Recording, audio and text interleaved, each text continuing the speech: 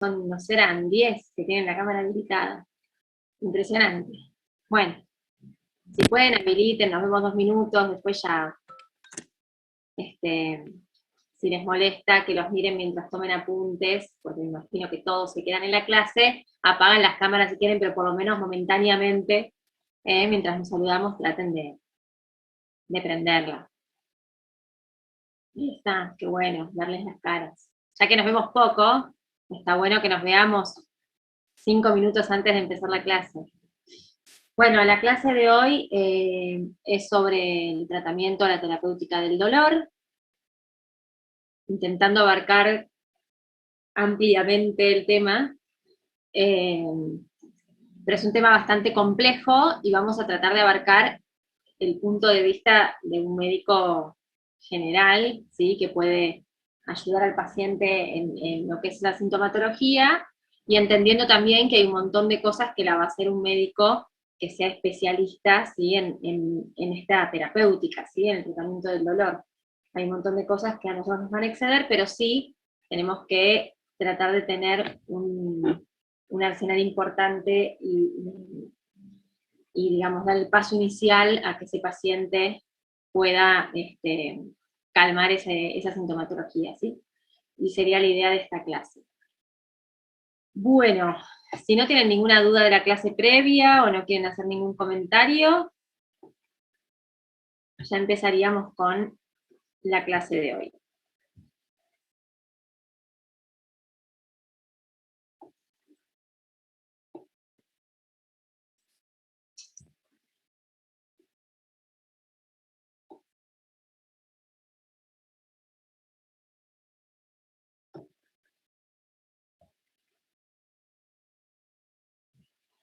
Bien. Bueno, vamos a empezar entonces con la clase de hoy. Como todos ustedes saben, el dolor en realidad va a ser una respuesta a un estímulo, ¿sí?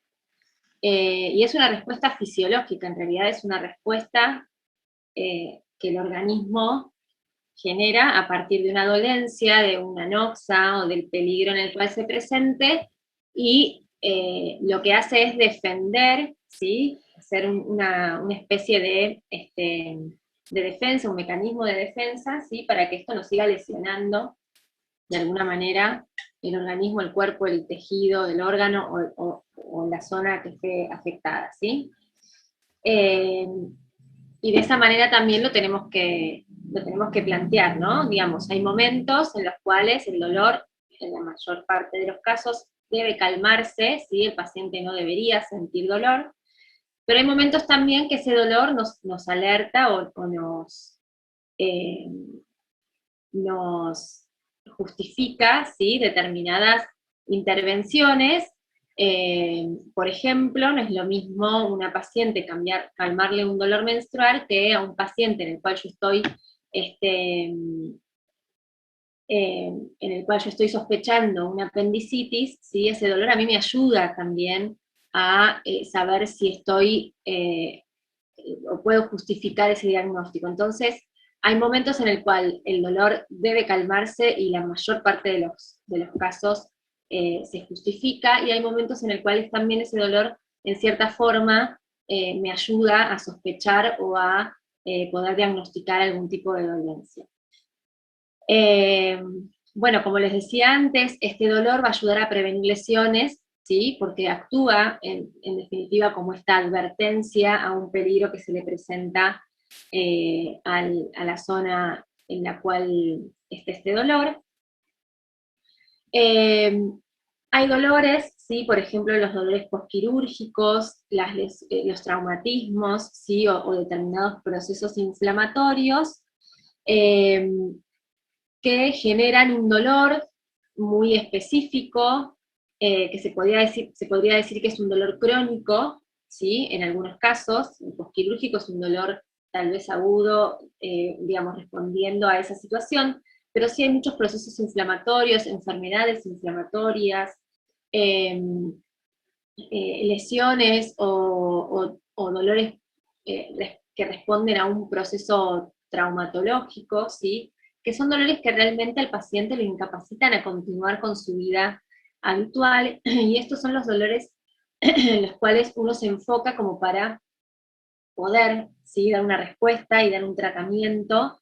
En lo que vamos a abarcar nosotros hoy es farmacológico, pero la realidad es que el tratamiento del dolor es mucho más global, ¿sí? Porque el dolor es una percepción global, ¿sí?, de una situación de lesión o de noxa, etc. Entonces, vamos a ver que el dolor nosotros lo vamos a abarcar desde el tratamiento farmacológico, vamos a ver en qué situaciones tenemos que indicar este tratamiento, pero también siempre, vamos a estar repitiendo en esta clase, que el dolor va a haber que abarcarlo de muchas esferas, ¿sí? Digamos, no es solamente el tratamiento farmacológico, sino que también hay un dolor, o ese dolor genera situaciones en la vida del paciente, en la familia del paciente, en la psiquis del paciente, y todo esto también hay que evaluarlo y tratarlo, ¿no?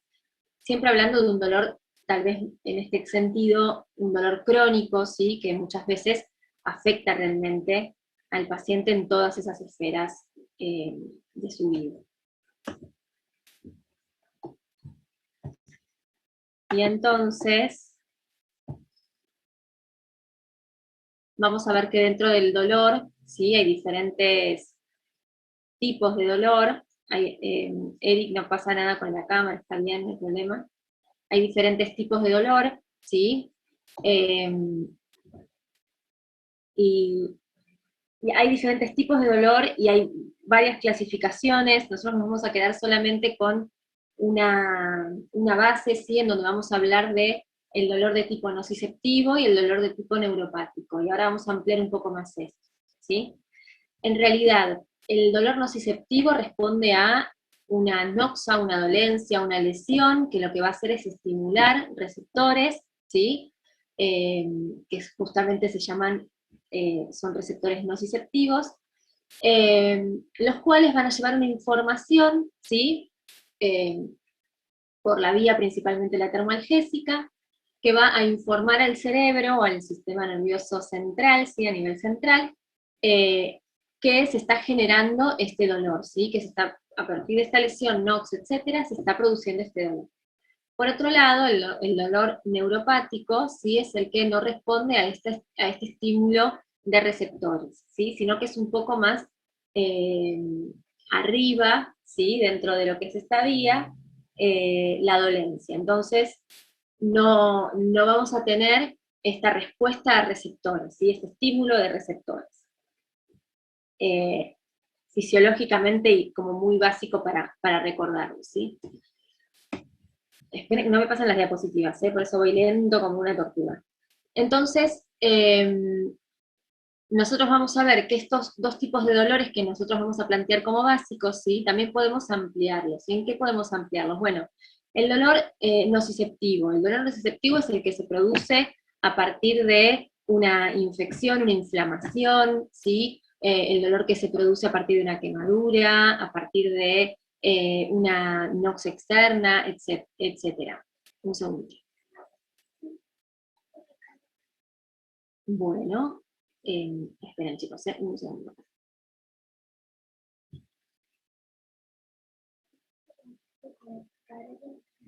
Sí, es la que sí. Sofía, acá de tu escritorio está el manuscrito. Perdón, chicos.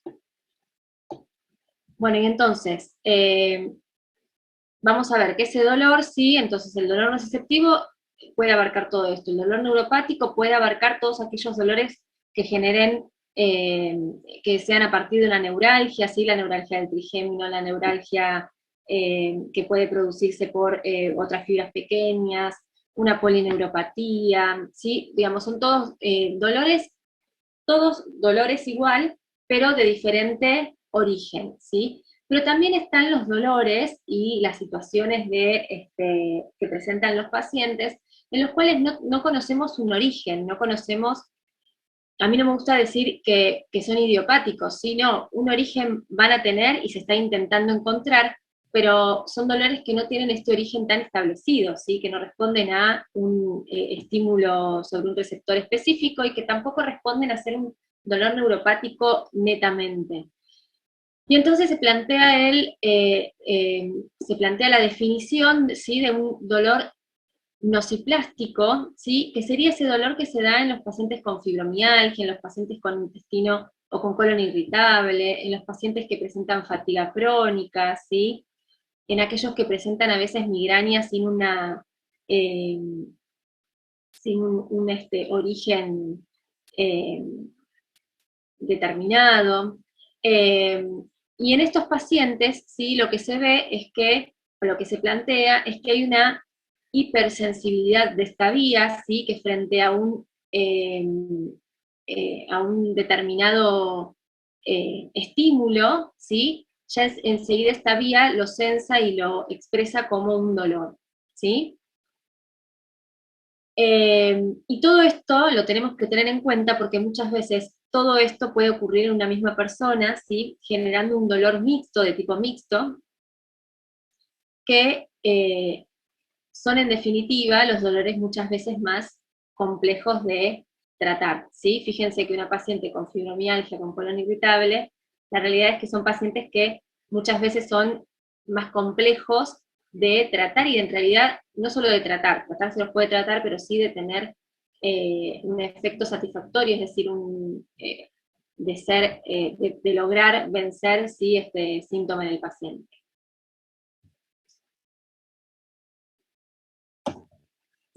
Bien. Al dolor, si bien actualmente se está modificando mucho la clasificación, sí, hoy el dolor crónico ya es de por sí un diagnóstico, al dolor nosotros lo podemos diferenciar en lo que es un dolor agudo y un dolor crónico, ¿sí? El dolor agudo es una lesión que va a producir una inflamación o no, pero sí que va a producir una lesión que va a generar dolor en definitiva, de manera aguda, de corta duración, ¿sí? Y en cambio el dolor crónico es aquel que tiene una duración mayor a 3 a 6 meses, ¿sí? Muchas veces no tiene una base fisiopatológica clara, como pueden ser todos los dolores nociplásticos, y también estos van a ser los que nos lleven a tener un tratamiento mucho más complejo y muchas veces vamos a tener que recurrir también a, eh, a la especialidad, ¿sí? Que se basa en lo que es la medicina del dolor netamente.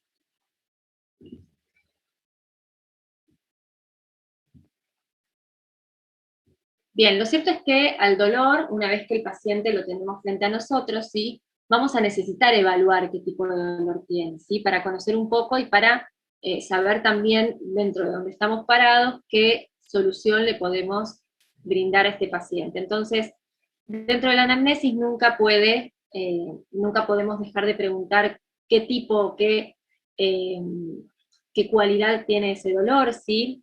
Si es ardiente, si es de tipo cólico, si es un dolor fijo, profundo, si es superficial. Eh, Tenemos que preguntar dentro de los dolores que él conoce, qué puntuación le pondría, ¿sí? Si es un dolor que nunca tuvo, si es un dolor que puede tolerar, si es un dolor que no puede tolerar, dónde se localiza, ¿sí? Si ese dolor, además de localizarse en alguna zona, también irradia hacia otros lugares. ¿Desde cuándo apareció este dolor? ¿Sí? ¿Cuánto tiempo hace que tiene este dolor? Si calma con alguna posición o si algo lo exacerba con alguna posición o con alguna modificación, digamos, que el paciente haga, si se exacerba de alguna manera, ¿sí? Eh, si calma y si tal vez calma en algún momento del día, ¿sí? Todo esto siempre hay que preguntárselo al paciente y siempre se evalúa también la funcionalidad del paciente respecto de su vida diaria, ¿sí? Si este dolor le permite continuar con su vida, si no le permite continuar con su vida, si tiene por ejemplo, si tuvo que dejar de hacer alguna actividad, ¿sí? Si tuvo que dejar de ir a trabajar, ¿sí? Todas estas cosas son las que nos van a importar del paciente. ¿Por qué? No solamente por el dolor, porque vamos a ver también la gravedad del dolor, por supuesto, pero también nos va a interesar cómo al paciente le está afectando este dolor, ¿sí? Y cómo va, dentro de estas esferas que hablábamos antes, cómo va a afectar y a involucrarse este dolor dentro de estas esferas, ¿sí? Familiar, cotidiana, psíquica, etc. Bien. Lo real es que el tratamiento ideal para el dolor de cualquier persona sería tratar directamente el mecanismo concreto que está generando este dolor, ¿sí? Eso sería lo ideal, y solucionarle directamente desde la raíz esta situación. Pero habitualmente lo que sucede es que se produce el dolor por varios mecanismos, no se puede solucionar muchas veces este problema desde su origen, entonces lo que se termina, o a lo que se termina recurriendo es a un tratamiento farmacológico mucho más complejo y muchas veces, ahí dice multidroga, pero es muchas veces a un tratamiento con múltiples drogas, ¿sí? Abarcando diferentes tipos de analgésicos como para poder calmar el dolor, ¿sí? De manera muchas veces paliativa, mientras puede, por ejemplo, solucionarse por parte de la desinflamación de la zona, o se retira la noxa, o lo que fuere que puede solucionar. Bien, y para esto nosotros tenemos muchos tipos de fármacos, de los cuales muchos vamos a utilizar, muchos otros no vamos a utilizar porque son fármacos que realmente va a utilizar un especialista del dolor con una muchísima mejor indicación, ¿sí? Pero la realidad es que tenemos que conocer meramente cuáles son los fármacos con los cuales nosotros contamos como para poder ayudar a estos pacientes.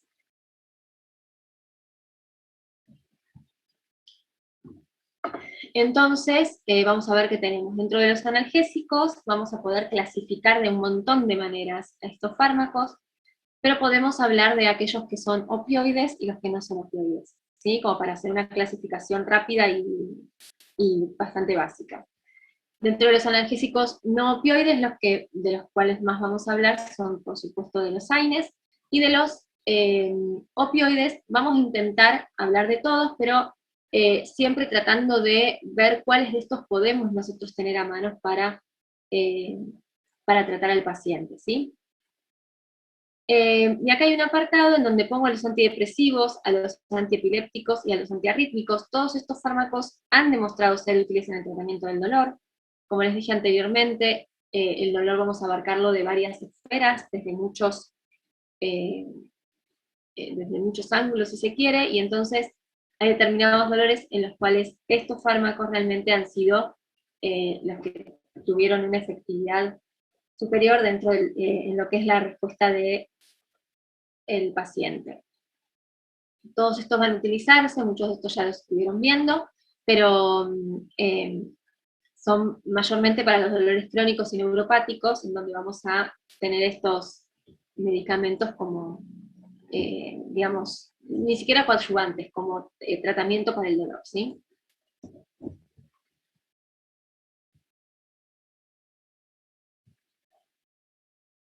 Bien, comenzando con los opioides, que realmente después uno a la larga ve que son los que uno menos utiliza en lo que es un dolor agudo, tal vez son más utilizados en los dolores graves y en los dolores moderados, qué sé yo, un dolor de determinado origen, un dolor neuropático, un dolor crónico con una neoplasia, ¿sí? Son fármacos que en ese sentido son muchísimo más utilizados. Dentro de los opioides vamos a poder hablar de la morfina, que es el agonista natural de este grupo, y vamos a hablar de otros agonistas que son sintéticos y semisintéticos, ¿sí? La realidad es que anteriormente estos eran los narcolépticos, ¿sí? Son fármacos que tienen tanto una acción central frente al dolor, como también son inductores del sueño, ¿sí? Y de ahí van a también salir todas las acciones terapéuticas para las cuales muchas veces nosotros no los usamos, pero son muy útiles dentro de lo que es la medicina. Vamos a tener los agonistas opioides naturales, como son la morfina y la codeína, que ya vamos a ver para qué se utiliza, y tenemos también derivados semisintéticos, ¿sí? La hidromorfina, la oxicodona y la hidrocodona. Dentro de estos, el mecanismo de acción en general, ¿sí? Va a ser la interacción con los receptores opioides MUM. Esta interacción, bueno, por supuesto que estos receptores van a estar en muchísimos lados, más allá a nivel central, ¿sí? Eh, Principalmente nosotros lo que vamos a querer es utilizar medicamentos que tengan mayor acción a nivel central, ¿sí? Como son el cerebro, el tronco encefálico, la médula espinal y las terminales periféricas ascendentes, pero la realidad es que están en muchos tejidos, y de ahí que recaen la gran cantidad de efectos adversos que podemos también encontrar.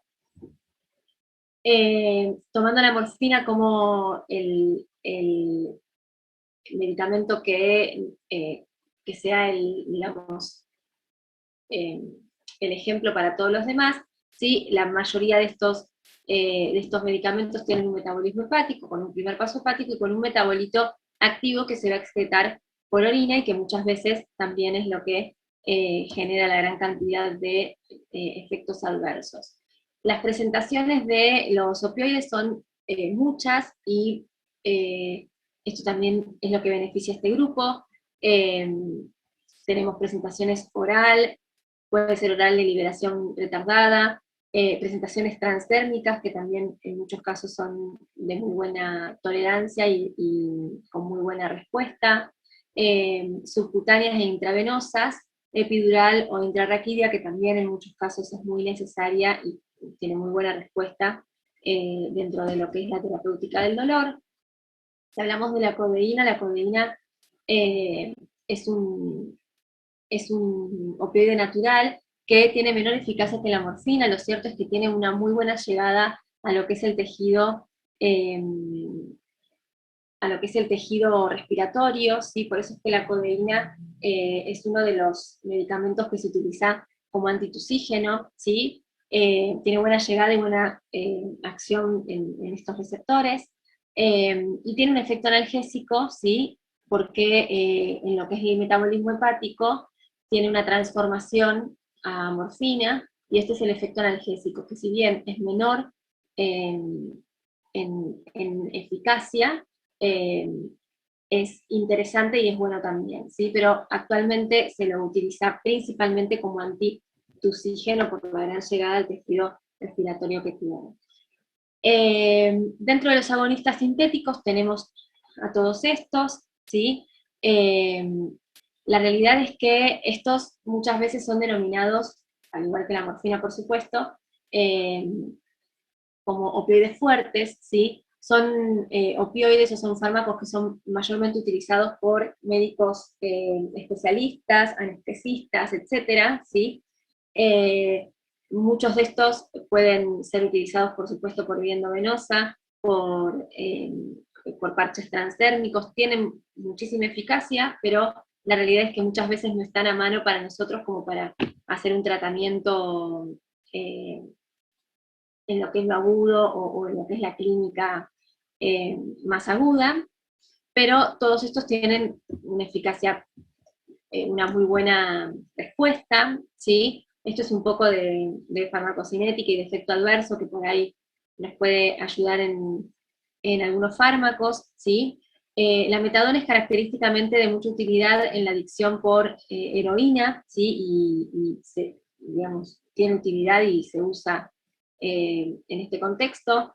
Tiene una semivida de 24 horas, muchos de estos tienen una duración bastante amplia y larga, eh, y lo que sí tiene es la posibilidad de hacer una prolongación en el QT, ¿sí? Al igual que un mayor riesgo de depresión respiratoria por la unión al tejido y por el aumento de la semivida que genera en las proteínas plasmáticas. Entonces, esto la verdad es que tiene un gran riesgo también, ¿sí? Para ser utilizado de manera cotidiana. El fentanilo tiene una duración corta, el fentanilo es un fármaco que se utiliza mucho y se utiliza también mucho dentro de lo que es para lo que son los anestesistas o los pacientes o los médicos especialistas, ¿sí? Son utilizados en cirugía, al igual que el remifentanilo. La petidina también tiene un efecto analgésico muy similar a la morfina. Son todos estos muy buenos, tal vez no tan utilizados por nosotros. Lo cierto es que los opioides tienen una gran cantidad de efectos adversos. Estos efectos adversos no son de todo gratuitos, ¿sí? Entonces es importante conocerlos y todos tienen que ver con la gran cantidad de receptores MU que hay en varios tejidos, ¿sí? Entonces lo que puede producir, ¿sí? Es por la disminución del tono simpático, una hipotensión ortostática en el paciente, puede disminuir la frecuencia cardíaca, así también como provocar, que de hecho lo provoca, la liberación de histamina, ¿sí? La morfina tal vez es una de las que más lo provoca, y después los sintéticos y semisintéticos muchas veces bajan, bajan este efecto, es decir, no genera una liberación tan alta de histamina, entonces cortan con este efecto adverso, pero lo cierto es que todos, en cierto grado, van a generar una liberación de histamina, con lo cual se genera una vasodilatación consecuente y esto también agrava la hipotensión, ¿sí?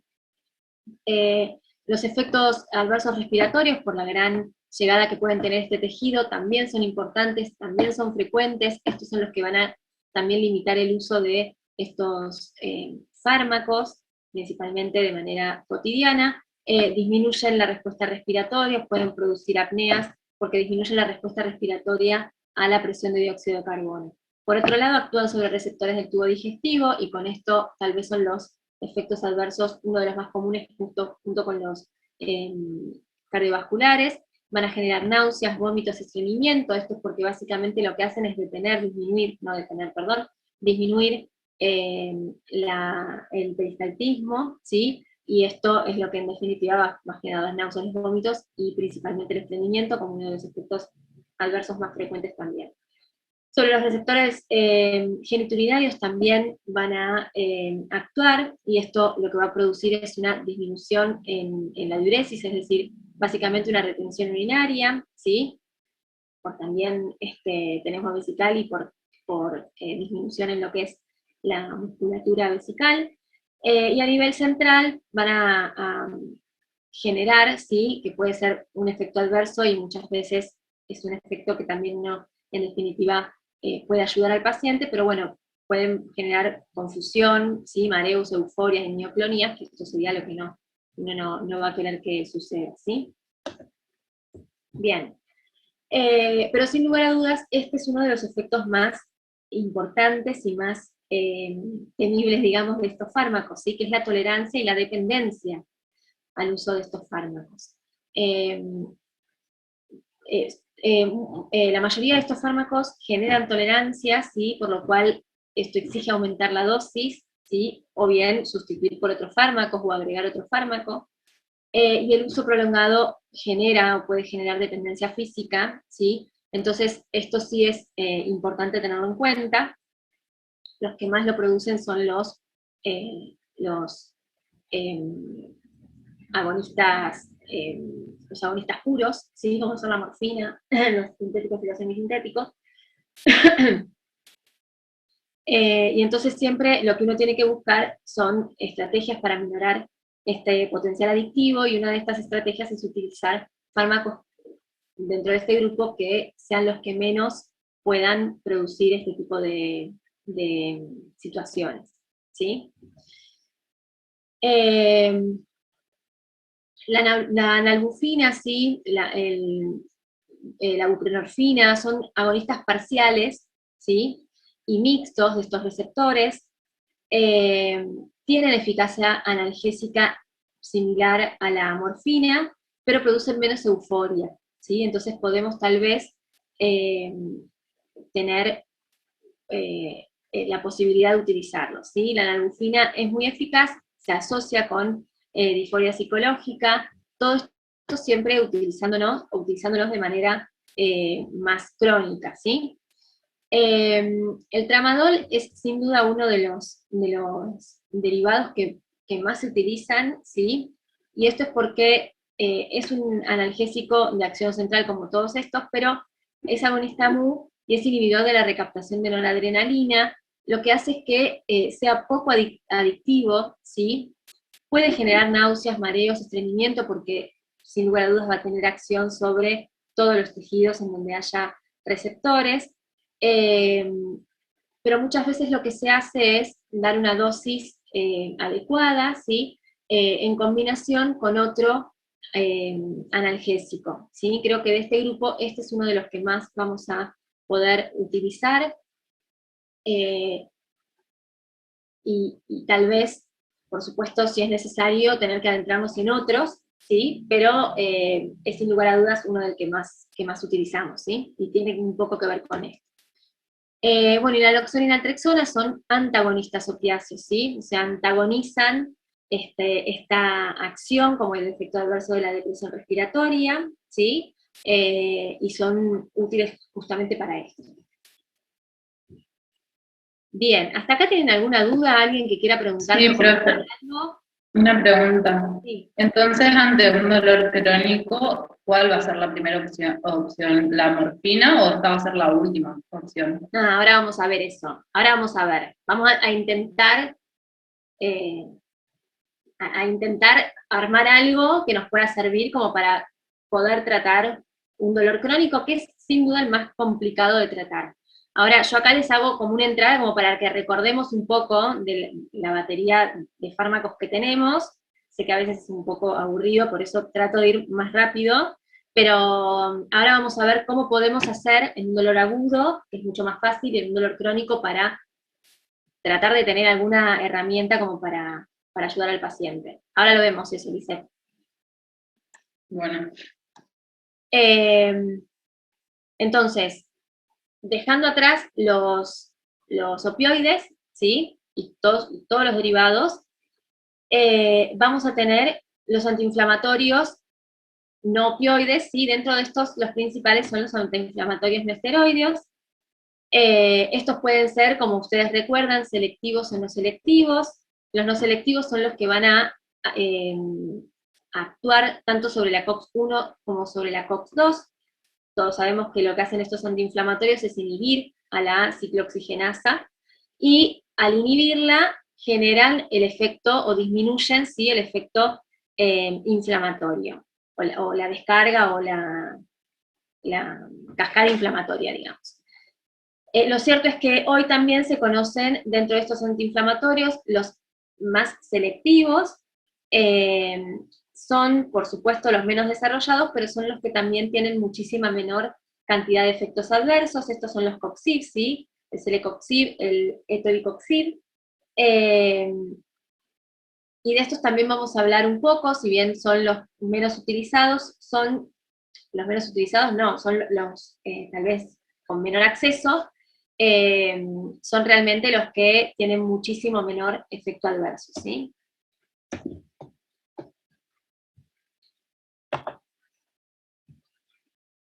Bien, entonces, según la estructura química, ¿sí? O según lo que quieran, no importa, no analizamos según qué es esta clasificación, pero vamos a tener toda esta batería de AINES que van a ser inespecíficos, ¿sí? O sea, que van a afectar o que van a inhibir tanto la COX-1 como la COX-2. Por supuesto que cada uno lo hace en un grado diferente, entonces los efectos adversos de todos estos no van a ser siempre los mismos, y ya vamos a ver que tal vez para una población de pacientes vamos a elegir uno u otro dependiendo también de esta especificidad que tengan, ¿sí? Pero lo cierto es que los que conocemos básicamente son estos. Todos estos, excepto algunas excepciones, ¿sí?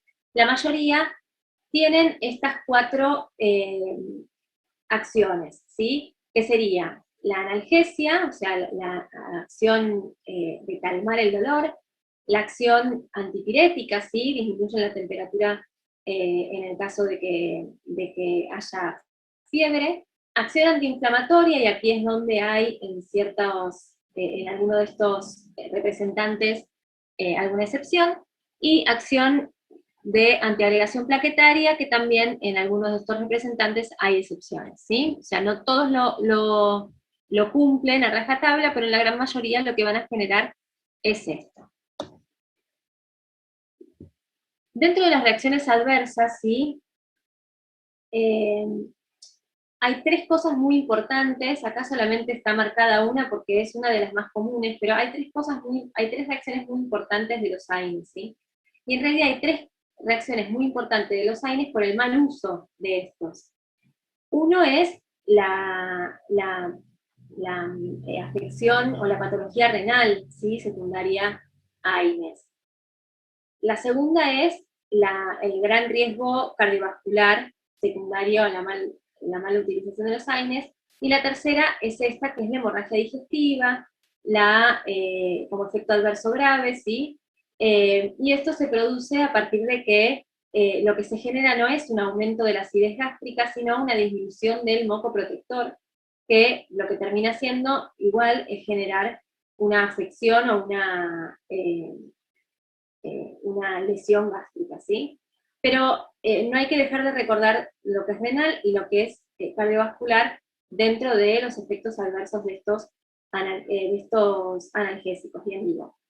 Ahora bien, ya lo vamos a ver también, estas reacciones adversas tienen mucho que ver con el uso prolongado, y esto que digo, con el mal uso, ¿sí? Son analgésicos o son fármacos a los que tienen acceso en su mayoría de manera sencilla, ¿sí? La población, y entonces hay un mal uso real que termina generando la patología, ¿sí? Y esto no tiene que ver con la indicación que uno haga frente a un tratamiento del dolor. Bien, lo que conlleva al efecto adverso de hemorragia digestiva, sí es cierto que es más frecuente en pacientes mayores, ¿sí? En pacientes mayores de 60 años se ve en los estudios con muchísima más frecuencia. Bien. Entonces ahora sí, ver un poco qué es lo que hacemos con esto que tenemos, ¿sí? O sea, qué hacemos para realmente poder enfrentar a un paciente que tiene un dolor de algún tipo, ¿sí? Bueno, y lo primero que vamos a tener que hacer es ver dentro de estos fármacos, ¿sí? Cuáles son los que nos van a servir o no para determinadas situaciones, ¿sí? Teniendo en cuenta que, por ejemplo, el paracetamol y los medicamentos antiinflamatorios no esteroides a menudo son eficaces para el dolor leve a moderado, ¿sí? O sea, para un dolor leve. No vayamos al dolor moderado, ese después lo hablamos, pero para un dolor leve, ¿sí? Tal vez agudo, o un dolor que se presenta, que no genera una afección en lo que es la familia del paciente, en lo que es la cotidianidad del paciente, ¿sí? Esperen un segundito, chicos.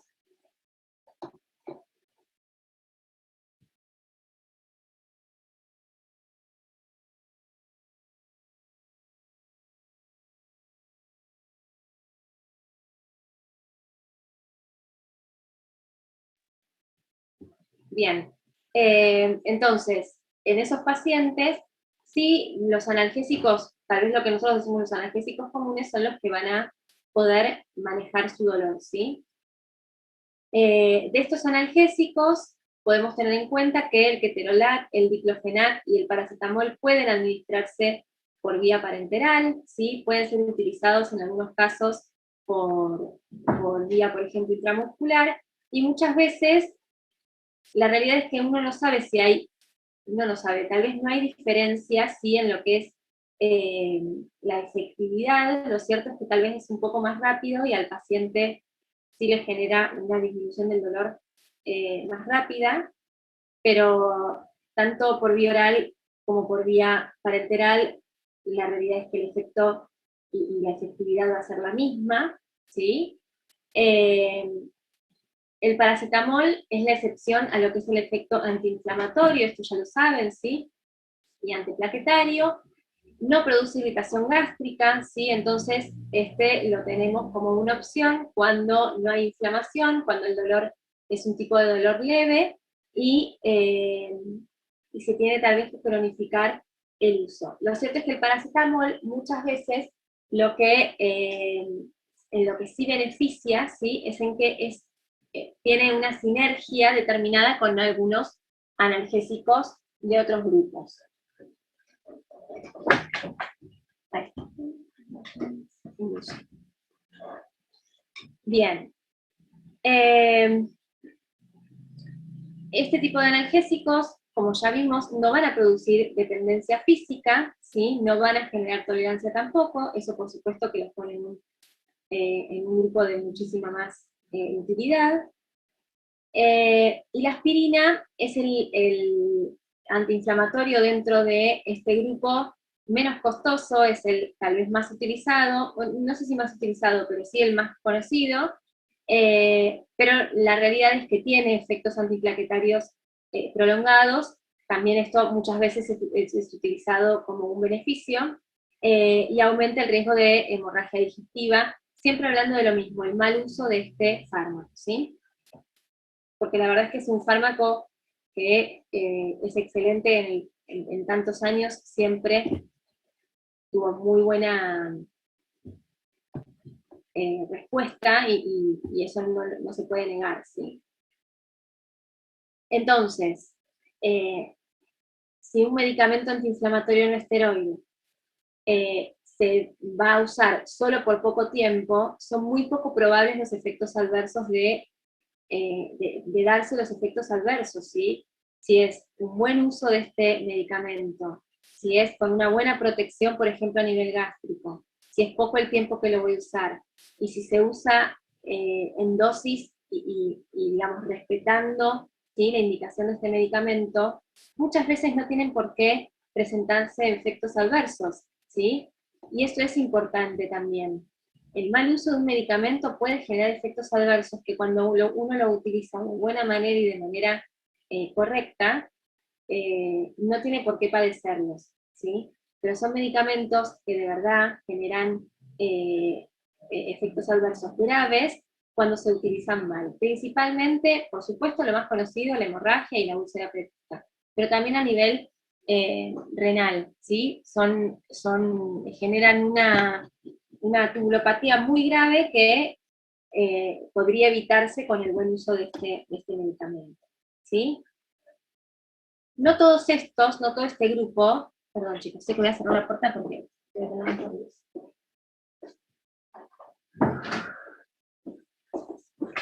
no todos los representantes de este grupo, sí, como pasa en todos lados, en todos los grupos, van a tener las mismas indicaciones, ¿sí? Y esto sí que me interesa que tal vez lo tengamos en cuenta. Entonces, bueno, el ácido acetilsalicílico ya sabemos, es uno de los más utilizados y lamentablemente se mal utilizó muchísimo y muchísimo tiempo. El paracetamol, ya estuvimos hablando un poco, no tiene efecto antiinflamatorio, esto es una gran contra de este medicamento, pero en muchos casos utilizado como sinergia con otro grupo, la verdad es que tiene excelentes respuestas. Y por otro lado, tiene a favor que en la cronicidad, ¿sí?, no tiene no tiene gran toxicidad ni a nivel hepático ni a nivel renal, y tiene una muy buena respuesta porque para el dolor, es antipirético, y por otro lado no genera este efecto adverso a nivel gástrico, ¿sí? La indometacina es un AINES que tiene un muy buen efecto a nivel articular, ¿sí? Y que muchas veces su uso se restringe a eso. El ketorolac tiene muy buena respuesta, hay comprimidos sublinguales, el ketorolac es un analgésico potente, ¿sí?, que muchas veces es utilizado también en todo lo que tenga que ver con la odontología. El meloxicam es un AINES que tiene una duración bastante larga y que tiene pocos efectos o tiene un menor efecto sobre la COX-1, entonces esto también le genera un gran beneficio, ¿sí?, al paciente. El diclofenac, por supuesto que la efectividad va a ser secundaria a la dosis que uno utilice, pero es uno de los AINES más utilizados, es uno de los más tal vez económicos o con mejor llegada en ese sentido al paciente, y es uno actualmente de los más utilizados. El ácido mefenámico es lo que se conoce como Constil, ¿sí? El nombre genérico, ¿sí? Es el que se utiliza muchísimo en pacientes, bueno, ahí se me escapó, perdón, un 9, chicos, pero son 250 o 500 miligramos. Es un excelente analgésico para lo que es la utilización ginecológica, ¿sí? Se utiliza principalmente en este contexto. El metamizol es la dipirona, es lo que se utiliza muchísimo para los niños como antipiréticos, ¿sí? Y en los pacientes adultos también. Es un excelente analgésico también. Tiene acción leve antiinflamatoria, es un excelente antipirético. Estuvo muy estigmatizada también, como para disminuir el uso, pero la verdad es que es un muy buen analgésico. El ibuprofeno todos lo conocen, digamos que es el de uso común, y esto es, digamos, tanto el ibuprofeno como el ácido acetilsalicílico, ¿sí? Son medicamentos que ponen en riesgo muchas veces este grupo por el mal uso que se genera. El ibuprofeno entre 400 y 600 miligramos es excelente, la realidad es que es uno de los más estudiados para uso geriátrico y es excelente también en esta población. Y el naproxeno es uno de los que menor efecto o efecto adverso cardiovascular tiene, entonces tal vez en un paciente con un riesgo mayor, este es mejor, es más utilizable, ¿sí? Es mejor indicar algo como esto. Bien. Yendo un poco a la pregunta que hacía Lisette, ¿sí? ¿Cómo con todo esto nosotros podemos abarcar o abordar un dolor, pero que sea de tipo crónico, ¿sí? Que sea un dolor que no sea tan sencillo de tratar como con una AINES o con un analgésico común. Y entonces, hay varias cosas que yo, como resumen, me interesaría que tengamos, ¿no? Lo primero es que tanto el paracetamol como la dipirona serían los dos analgésicos que diariamente uno puede dar, porque tienen menor reacción, menos toxicidad, ¿sí? A nivel hepático, a nivel renal, ¿sí? Tienen menor efecto adverso sobre lo que es la mucosa gástrica también, y son los que uno puede tener más al alcance de la mano para utilizar diariamente, ¿sí? Principalmente el paracetamol, la dipirona la dejamos un poquito aparte, pero son dos buenos analgésicos. Del resto de los AINES, lo que es importante es no abusar, ¿sí? Es no tenerlo como un analgésico diario, ¿sí? Y si es diario, que sea racionalizado y que sea indicado de una manera para que tenga un buen uso, ¿sí? Que no sea un caramelo como lo compra cualquier persona en la farmacia y se lo toma de manera completamente irregular, ¿sí? Sin respetar una indicación. Entonces, los AINES, tenerlos y que acompañen las exacerbaciones, ¿sí? Entonces, si lo voy a tener diariamente, lo tengo diariamente de manera, con una buena indicación médica, ¿sí? Y los opioides, como ser el tramadol, que es el que más vamos a utilizar, tenerlo solamente para el rescate, ¿sí? Evitar completamente el abuso de los opioides, más si es otro el fármaco que voy a utilizar. Y además, tener en cuenta que también hay coadyuvantes, ¿sí? Que no puedo dejar de utilizarlos. Está el coadyuvante natural que utiliza un paciente, por ejemplo, porque tiene en su cultura se utiliza una determinada medicina natural, que también es un coadyuvante aceptable, ¿sí? Pero además tenemos los antiespasmódicos, los corticoides, los ansiolíticos, los anestésicos locales, antiácidos, relajantes musculares, que muchas veces no van a hacer una sinergia a nivel analgésico, pero van a cooperar, ¿sí? En solucionar y mejorar el dolor en el paciente. Y entonces, se me hizo corta la clase, se ve que hablé muy rápido, pero entonces lo que nosotros siempre teníamos, ¿sí? Como idea, es ir escalonando, ¿no? Decíamos, bueno, por ejemplo, partimos del paracetamol. Le damos una dosis de paracetamol cada 6 horas y que con eso vamos a ver si mejora el dolor. Si no mejora, vamos a empezar entonces con otro AINE. Vamos a juntar el paracetamol, vamos a indicarle además otra medicación como para que mejore un poco más el dolor. Si no mejora, además agregamos el tramadol u otro opioide. Bueno, la idea hoy, no sé si es tanto eso de ir escalonadamente, ¿sí? Hoy lo que nosotros tenemos que tener en cuenta en la terapéutica del dolor es que el dolor va a generar, va a afectar la vida del paciente, la vida del lugar en donde trabaja el paciente, la vida no, digamos, va a afectar la esfera laboral del paciente, la esfera familiar del paciente, la esfera psíquica del paciente. Entonces, mantener un paciente con dolor hasta ver en qué momento y con qué dosis mejora ese dolor, la verdad es que no sería lo indicado, no sería lo mejor, ¿sí?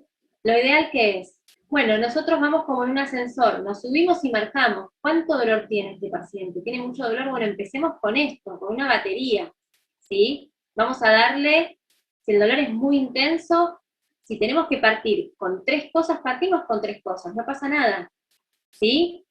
Al paciente hay que calmarle el dolor, hay que tratar de que ese paciente mejore en su sintomatología, porque si no para nosotros también va a ser un fracaso, que ese paciente continúe sintiendo el dolor, tomando medicación que nosotros le estamos dando, va a hacer que fracase su confianza con nosotros, va a decir, no me está haciendo absolutamente nada, o sea, sigo con dolor, va a fracasar el tratamiento de él, por abandono, por mal uso de los analgésicos, que eso es lo peor a lo que podemos llevar al paciente, ¿sí? Que el paciente abuse por no mejorar el dolor y por no saber cómo utilizar ese medicamento.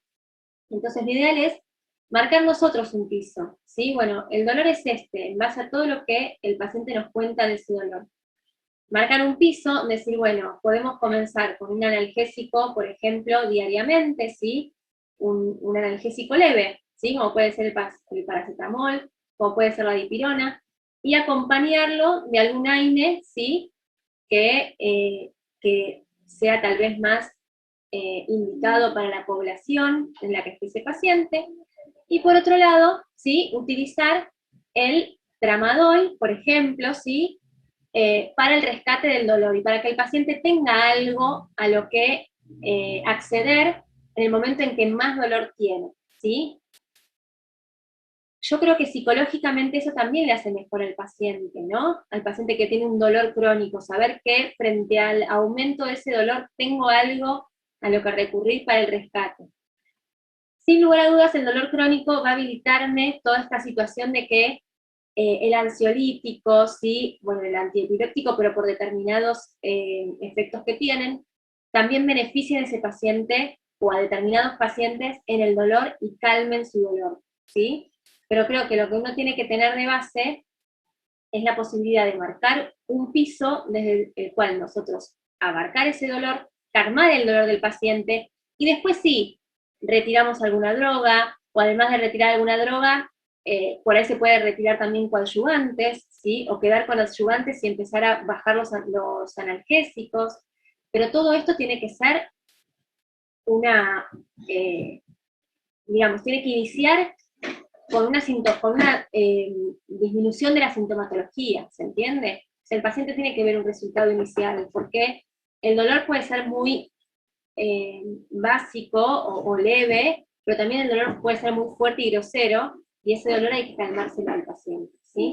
Por supuesto que hay dolores que nosotros vamos a necesitar recurrir a un médico especialista, ¿sí? A un médico que conozca mucho más la utilización de analgésicos que nosotros no tenemos al alcance, y que él puede indicar y generar un esquema al cual al paciente sí le vaya a mejorar mucho su dolor.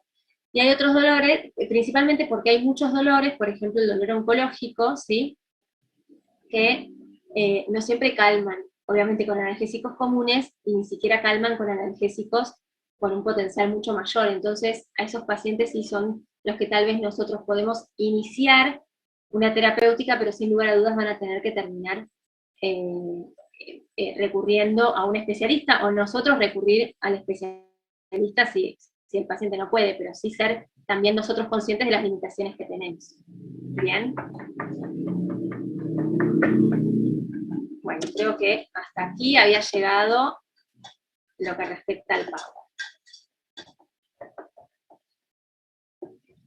Bueno, ¿qué dudas y qué comentarios tenemos respecto de esto? Ahora si abrimos las cámaras, me cuentan qué es lo que les parece, si tienen algún comentario, si conocían algo más, si abarcarían al paciente de otra manera, porque este es un planteo que se los estoy haciendo yo, cómo abarcar al paciente. Se puede abarcar de un montón de maneras el paciente. Profesora, ¿en qué caso se daría lo que sería el bloqueo de los nervios? Bueno, el bloqueo de los nervios, en realidad, un bloqueo se hace ante una situación específica, ¿sí? Por lo general traumatológica, en el cual ese bloqueo lo que hace es una especie de anestesia, si se quiere, temporal, ¿sí? Pero ahí volvemos a lo mismo, ¿viste? Esa diapositiva que decía, lo ideal es tratar el problema de raíz. Y lo que nosotros podemos hacer es otra cosa muchas veces, ¿no? Bueno, ahí estamos haciendo otra cosa, completamente. Ahí lo que estamos haciendo es que el paciente, por un tiempo, digamos, lo que hacemos es implementar una terapéutica que se prolongue en el tiempo, ¿sí? Porque ese bloqueo va a generar una duración determinada. La verdad es que si me preguntás no sé exactamente cuánto tiempo, pero sí lo genera en un tiempo determinado, y después ese dolor vuelve, regresa, ¿sí? Pero lo que sí haces es, ¿en qué beneficias con esto? En que el paciente no está tomando pastillas todos los días, todo el tiempo, a largo plazo le generas una mejora, no a largo plazo, le generas una mejora momentánea de ese dolor, el paciente regresa a su cotidianidad y puede hacer sus actividades, pero el dolor va a volver. Y se utiliza en esos casos, Lucas, se utiliza cuando hay, por ejemplo, no sé, cuando hay hernias o cuando hay situaciones en las que el dolor es neuropático y no puede solucionarse de otra manera, y el dolor obviamente está y tiene que el paciente tomar una batería de analgésicos constantemente, sino, ¿no? Y que también esos analgésicos muchas veces no le calman el dolor del todo. Entonces son casos particulares en los que se utiliza se recurre a ese tipo de terapéutica. ¿Se podría recurrir directamente para, como usted dijo, el descanso de la batería? Para que el cuerpo descanse y después vuelva con las pastillas, por así decirlo. ¿Cómo? Por ejemplo, como usted dijo en la hernia de disco, justamente, viene tomando pastillas, el cuerpo necesita un descanso y se le haría el bloqueo hasta donde se pueda, ¿no? Claro, muchas veces esos pacientes, en algunos casos, no tienen la posibilidad, en otros casos tienen la posibilidad de hacer un tratamiento quirúrgico. Esto también forma parte del tratamiento del dolor, ¿sí? O sea, bueno, hay pacientes que hay que recurrir directamente a lo quirúrgico, ¿sí? Pero hay muchos pacientes en donde, por ejemplo, pacientes añosos con una artrosis importante, ¿sí? Esos pacientes tienen mucho dolor y son pacientes que no tenemos el acceso a la cirugía, ¿sí? O por otras causas, porque no es quirúrgico lo que tiene el paciente traumatológicamente, o porque el paciente tiene un riesgo quirúrgico que no puede tolerar una cirugía o lo que sea. Bueno, ese paciente igual alguna solución hay que darle, ¿no? Entonces, bueno, a veces el bloqueo es una posibilidad.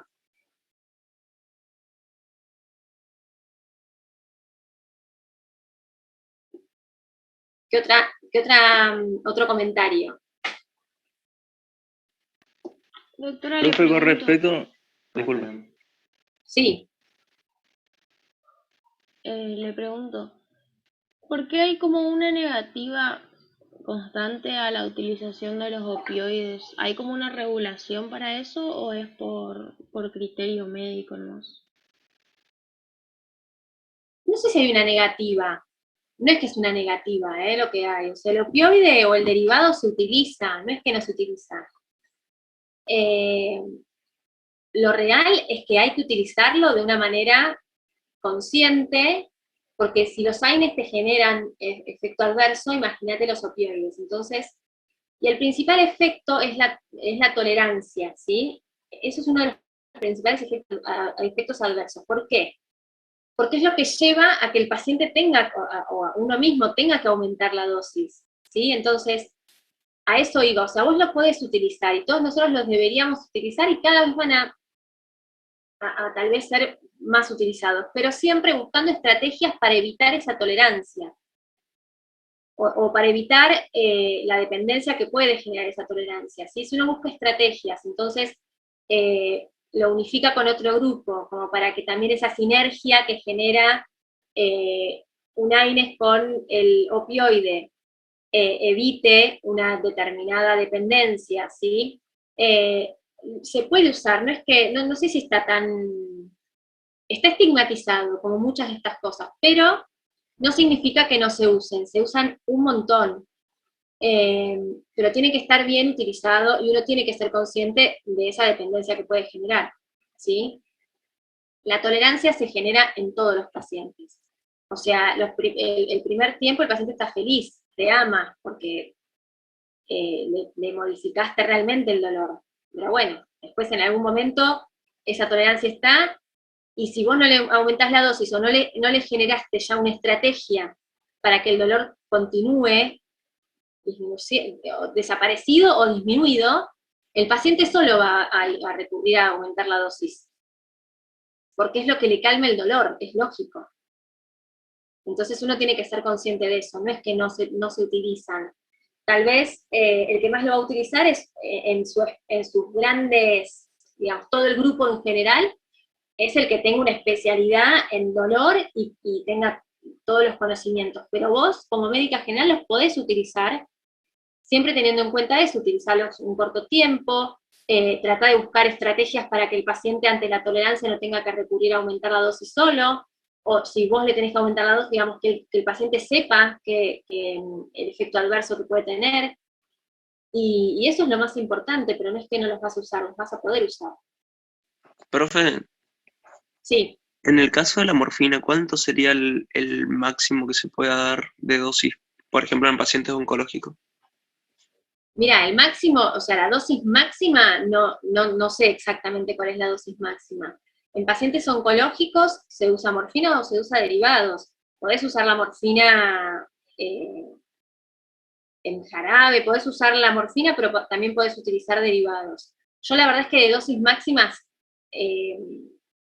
de todas estas no te sabría decir, te sé decir de los AINES, de los que más utilizo, pero la dosis máxima de morfina, la buscamos si querés, porque la buscamos enseguida y la tenemos, pero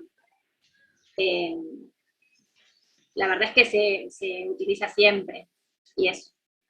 Hay determinados dolores, por ejemplo, en pacientes, digamos, hay determinadas poblaciones de pacientes, en pacientes oncológicos, en donde vos tenés un paciente terminal, ahí te vas a una dosis máxima de morfina. Por ahí en otro tipo de pacientes tratás de buscar estas estrategias de las que hablamos, ¿sí? Son diferentes poblaciones.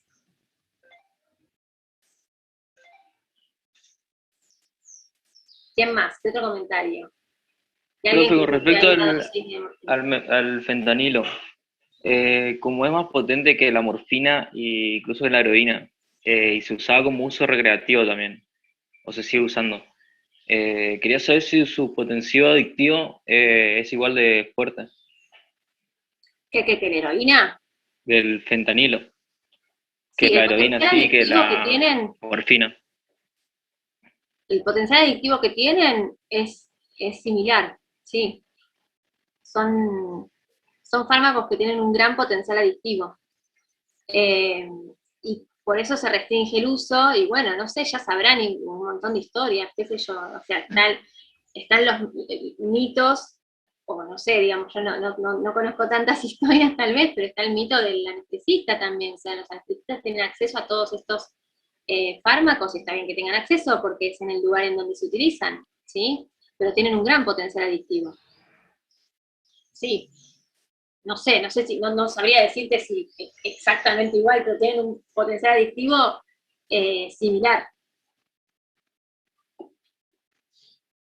Acá,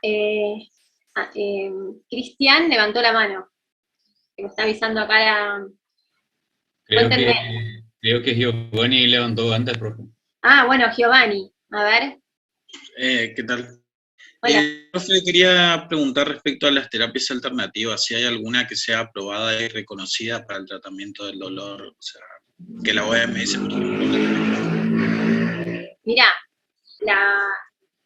como terapia alternativa, lo que se aprueba es todo lo que acompañe, pero no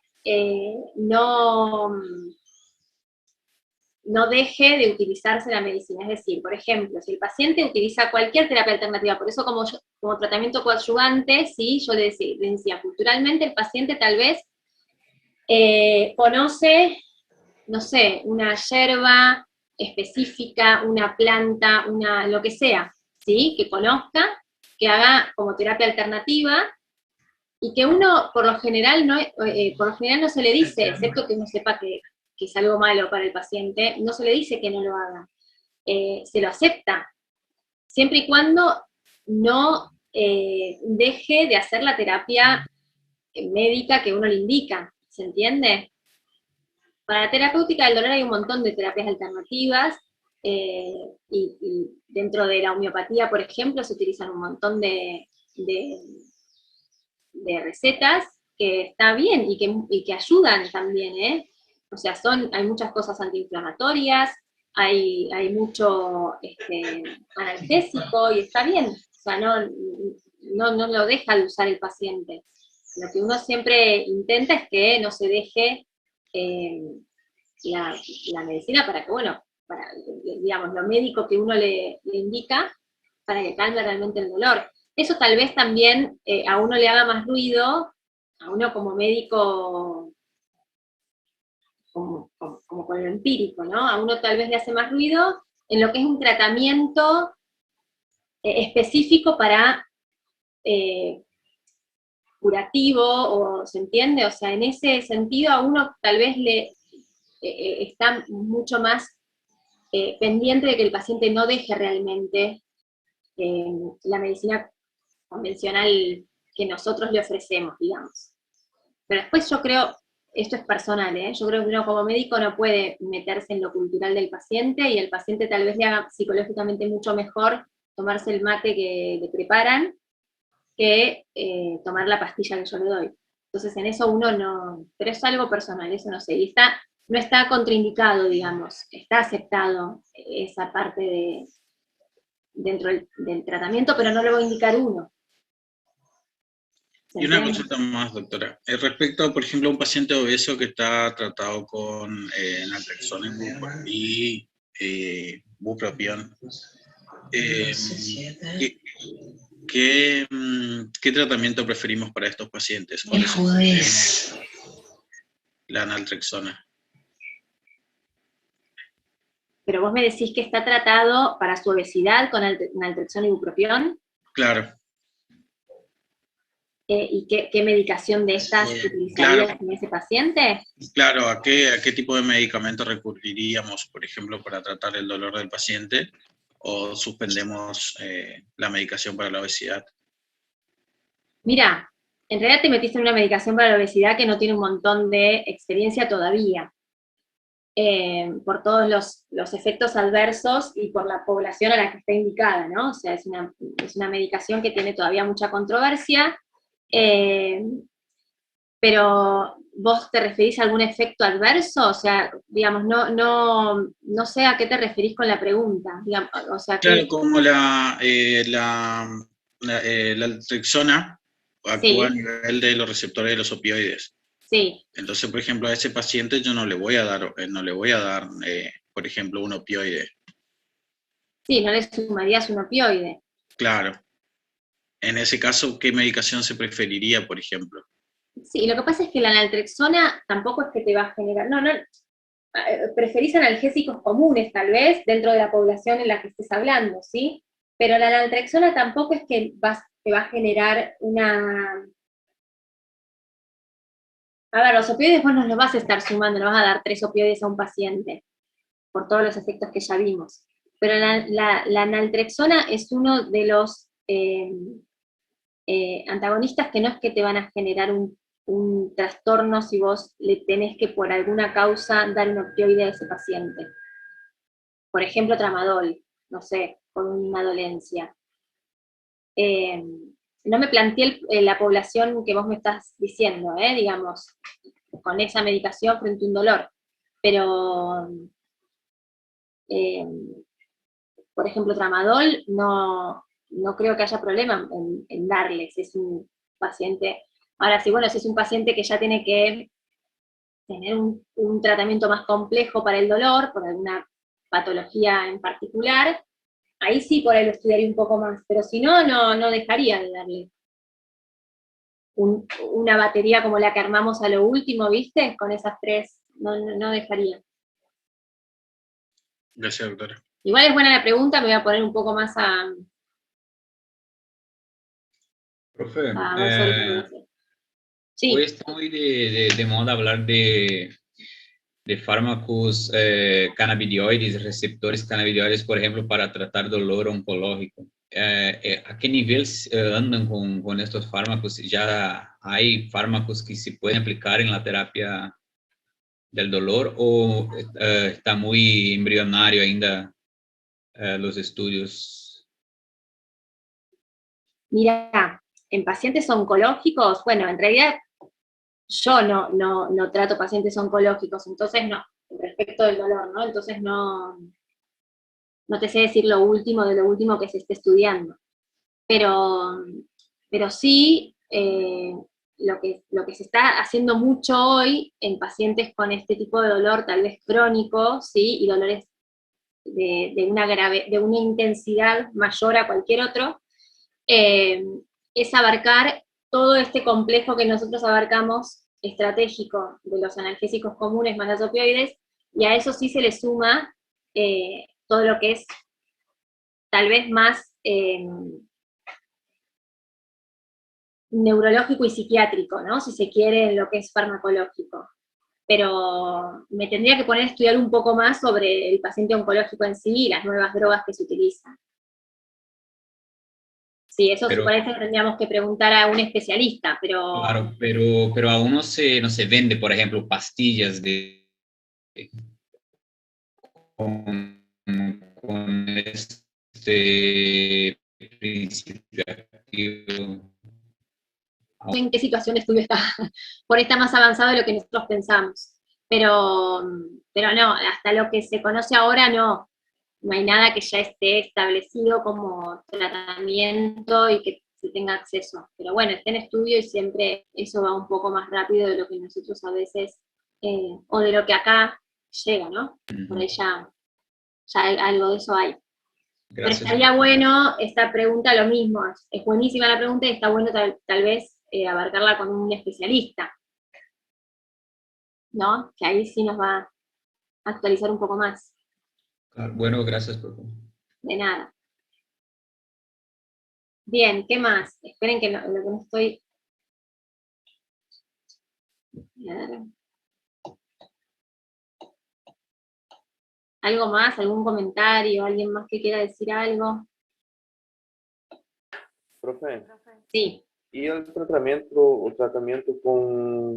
de las cefaleas a repetición, personas que tienen cefaleas de repetición sin que haga daño estructural en el cerebro o algo así. ¿Cómo? ¿Cómo yo hago el tratamiento de las cefaleas a repetición? Y tiene personas que tienen cefaleas muchas veces del día o cefaleas varias veces a la semana. ¿Cómo yo hago el tratamiento para esto? Sin que haga algún daño estructural en la persona. Lo ideal es abarcar el tratamiento como te decía antes, ¿sí? Lo que pasa es que vos tal vez a lo que te referís son las migrañas, ¿no? Como son esos pacientes que de repente tienen un estado migrañoso, esos son los pacientes también complicados de tratar, porque por lo general son pacientes que abusan también de los analgésicos, ¿sí? Lo ideal, digamos, hasta el ácido acetilsalicílico está indicado para migraña, ¿se entiende? Cualquiera de los analgésicos que nosotros tenemos acá y tenemos hablamos hoy, son indicados para migraña. Muchas veces lo que se hace es, en principio, saber a partir de qué surge ese estado migrañoso, ¿sí? Porque si el estado migrañoso, y eso también es como capítulo aparte. El estado migrañoso puede ser a partir de una dolencia, no sé, traumatológica, ¿sí? Una afección cervical, por ejemplo, o puede ser por una afección, pueden ser pacientes que ante una situación de estrés les genere ese estado migrañoso, y así un montón de cosas, que la menstruación puede generar un estado migrañoso, ¿sí? Entonces hay tanta causa, ¿no? O etiología, o fisiopatogenia, no sé cómo decirle, que a cada paciente también se lo trata de una manera diferente. Todos los analgésicos que nosotros vimos están indicados para migraña, algunos más y otros menos. Lo que sí se ve muchísima mejor, más eficacia, digamos, en estos pacientes, es la indicación conjunta, ¿sí? Por ejemplo, paracetamol con tramadol, o diclofenac con algún relajante, ¿sí? Siempre no se da uno, por lo general se dan dos, ¿sí? Y tener el tramadol como rescate, entonces por ahí son pacientes que cuando empiezan a sentir su estado migrañoso toman algún analgésico y tienen el tramadol como rescate, ¿sí? Y en esos pacientes también siempre tratar la causa, ¿sí? Intentar tratar o con una terapia, o con una kinesiología, o, bueno, lo coadyuvante que decíamos antes, ¿sí? O sea, no olvidarnos de lo coadyuvante, que a veces ayuda más, porque va un poco más a la raíz del problema. Profe, Sí, el topiramato se usa mucho para el tratamiento de la disminución de las crisis de migraña. sí, también, totalmente. Por eso, digamos, podés abarcar un montón de fármacos, pero sí, en este contexto siempre lo ideal es tratar un poquito más la raíz de lo que le genera ese estado migrañoso.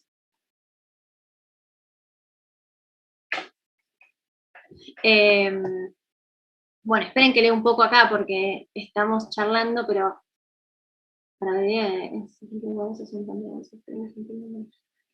los efectos adversos, Ian preguntaba, ¿los efectos adversos son tanto para los opioides sintéticos como para los naturales? Sí, son para los dos. Los efectos adversos son para todos los opioides. Algunos lo generan más porque tienen más llegada a algún tejido, y otros lo generan menos, pero para todos es el mismo librito, digamos. Y acá dice Noelia, esto que veníamos hablando, ¿no? O sea, que para los dolores crónicos es necesario además el tratamiento farmacológico, el apoyo emocional de los afectos, la comunicación del médico con el paciente para que entiendan mucho de los casos. Perfecto. Lo coadyuvante, y dentro de lo coadyuvante no metemos lo médico, ¿sí? No metemos solamente el antiácido, metemos todo esto, las terapias, el ejercicio físico, que en un montón de casos también genera mejora, ¿sí? En esta situación. Todo lo que conlleve a mejorar la esfera de todas las esferas del paciente, obviamente que es mejorar también, y a veces, muchas veces, bajar lo farmacológico y mejorar el dolor. Y acá Leticia dice que el bloqueo de nervios también se hace como tratamiento paliativo en pacientes con cáncer terminal, por ejemplo, bloqueo del plexo solar, perfecto, lo mismo. Perfecto. Y acá mandaron algo de el cannabis. Bueno, el cannabis ahora se utiliza un montón, ¿sí? Las gotas de cannabis son, digamos, son utilizadas tanto para un tratamiento paliativo, para un tratamiento de un dolor oncológico, como para un tratamiento de un dolor traumatológico, ¿sí? Para la artrosis, para la artritis, se utiliza mucho. Para la fibromialgia, bueno, hay varias indicaciones. Si me quieren contar un poco más, si ustedes saben un poco más de eso, me cuentan, que estaría buenísimo, ¿sí? Me mandan por plataforma, lo van poniendo en el foro, y está buenísimo que también ustedes me cuenten. ¿Algún comentario, algo más que me quieran contar o preguntar?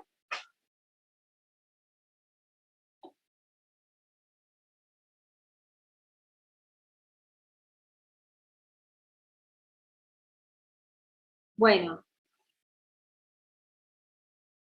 Bueno, chicos, si no hay más comentarios ni preguntas, ya la clase la vamos terminando. Igual quedaron cosas por ver, lo de la morfina, ¿no? Que ahora vamos a mirar exactamente cuál es la dosis máxima, y también el tema de la naltrexona que preguntaron, que es una buena, que ahí Giovanni preguntó y que vamos también a andar en eso.